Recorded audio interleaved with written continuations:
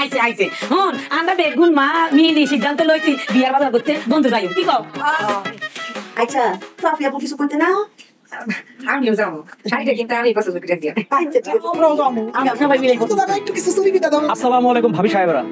ওয়ালাইকুম আসসালাম আমি অনেক চিন্তা ভাবনা করে দেখলাম আমার মেয়েটার যদি অন্য কোনো ঘরে বিয়ে হয় আমার মেয়েটা জীবনে কোনোদিন সুখী হতে পারবো না। আপনারা সবাই মিলা ওদের দুজনের হাতটা যদি এক করে দিতেন। রমেশ ভাইজান এইটা সম্ভব না। আমরা পছন্দ মতো আমরা ফুতেরে বিয়া করাবো। আপনার মাইয়ারে আমরা পছন্দ না। কেন? আমার মায়ের দোষ কোথায় ভাবি? আপনার মাইয়ার সেরকম কোনো দোষ নাই। আমরা ফুতে লিগে এমন একজন বউ আনাম যে বউ আমরা সব তেরে চোখের মনে করে রাখবো, যে বউ আমরা লোকে একেবারে পানি মাটি হইয়া মিশা থাকবো। বুঝছেন আপনার মাইয়াটা অতিরিক্ত চালাক, অত চালাক মাইয়া আমরা ফুতের বউ করতাম না। আমরা ফুতে সুজা সরল, আমরা রাজমানিক। কিন্তু ভাবি আমরা ফুতেরে আমরা কুনহানো বিয়া করাইয়াম আর কুনহানো বিয়া করাইতাম না, এটা আমরা ব্যক্তিগত সিদ্ধান্ত। আপনারা তো হেই কৈফিয়ত দিতাম না। আর দুলালের গর্ভধারিণী মা হিসেবে আপনারে কইতাছি আপনি এই মুহূর্তে সসম্মানে এই বাড়ি থেকে চলে যান। জান তো যান, দয়া করে আর 1 মিনিটও খাড়েন না, চলে যান। হ্যাঁ আপনি দুলালের মা, দুলালের আপনি গর্বে ধরছেন, তবে আপনি কি কইতে পারবেন দুলালের বাপকে? ও মায়া দেখ শুনিবে তুমি মায়া কি তা কয়? হ্যাঁ দুলালের বাপ আবার কেডা? ওই যে বই রইছে মজিদুর রহমান। কি কয় এত বড় কথা শুনানোর পরে দুলাল তুই কি খাড়ায় থাকবে? কিছু কইতি না? চুপ করে না থেকে কোনো উপায় আছে? কয়দিন আগে চাচা যখন অসুস্থ ছিল, চাচারে নিয়ে যখন দুলাল হাসপাতালে যেতেছিল তখন আমিও তাকে লগে গেছিলাম।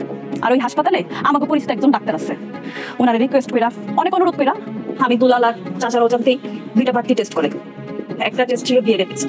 ওই টেস্টের রিপোর্টের মাধ্যমে আমি জানতে পারি দুলাল মজিদ চাচার সন্তান। কারণ দুইজনের ডিএনএ মিলে নেয়।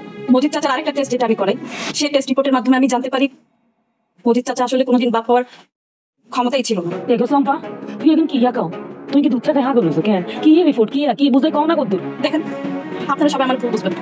টেস্টগুলো কেন করাইছি তার একটা কারণ আছে। আমি একটা ঘটনার সাক্ষী, তবে সেই ঘটনাটা করার আগে আপনাদের সামনে আমি একজন মানুষকে হাজির করতেছি। খালা, রমেনা খালা, আসো এদিকে।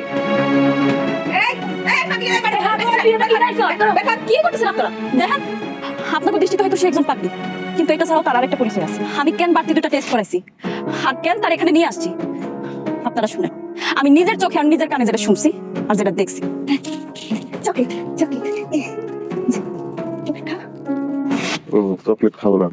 কেন খাবি না? চকলেট খা, টেবিলের সামনে বসে চকলেট বাবা। মা তুমি যদি হুটহাট এরকম চলে আসো, কেউ যদি জানে তাহলে তুমি বুঝবো পরিস্থিতিটা কি হবো, আমার 10 বার কি হবো, আমার কি হবো। তুমি আইসো না তো।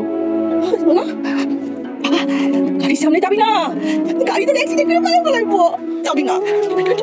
মা তুমি তুমি যাও গা, আমি যাই তোমার লগে দেখা করে। তুমি যাও তো মা। আমি তো অনেক চেষ্টা করি, পারি না। আমার খালি এনে থাকতে ইচ্ছা করে, এনে থাকতে ইচ্ছা করে, থাকতে ইচ্ছা করে বাবা। মা মা তুমি বুঝো না কেন? তুমি বুঝো না আমার কি মন চায় না তোমার দেখতে? যাবো না। শোনো, বুঝার চেষ্টা করো। তোমারও ছিলায় 10টা মা ভালো আছে, তোমার পোলাটা ভালো আছে। মা গো, আমার কলিজার মধ্যে অনেক কামড়ায়, তোমার দেখতে মন চায়, কিন্তু আমাকে যে সমাজ, এই সমাজ তো হইতে দেয় না মা। এই সমাজ সেটা হইতে দেয় না। আজকে যদি এই সমাজ জানে যে আমি তোমার সন্তান, এই আমার 10টা মার উপরে আবার অত্যাচার নামে বাবা নানার কথা কত কথা কইব। মা গো, আমি তোমার অনেক ভালোবাসি মা, তোমাকে আমার অনেক কষ্ট হয়। আমি যাইয়া যাইয়া তোমার দেখতে আসলো, তুমি আর আইসো না মা, আর আইসো না। তোমার কাছে যাবো, কেন থাকবো মা? আরে কেমনে বোঝাই? আমি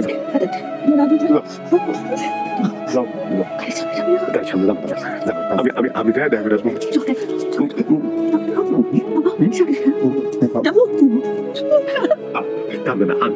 আমি যাবো, যাই দেখা করবো না।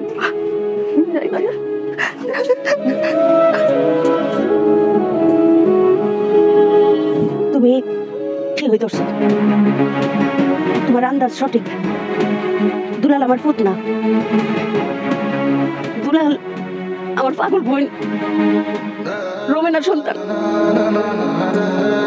আমার বোন যখন গর্ভবতী হয় তখন আমার বোনের জামাই আব্দুল গাফফার চৌধুরী উনি অ্যাক্সিডেন্টে মারা যায়। দুলাল তখন আমার বোনের ফেরত। আমি চিন্তা করছি যে আমার বোন রমেনা তো পাগল, এত সন্তান পালতে পারতো না, আর আমরা তো কারো সন্তান নাই। আমি এই সুযোগটা কাজে লাগাইছি, আমি গর্ভবতী হওয়ার বাপ ধরলাম। আমার সত্যি আদর যত্ন করা শুরু করলো। আমি একসময় চালাকি করে বাপের বাড়ি গেলাম গা,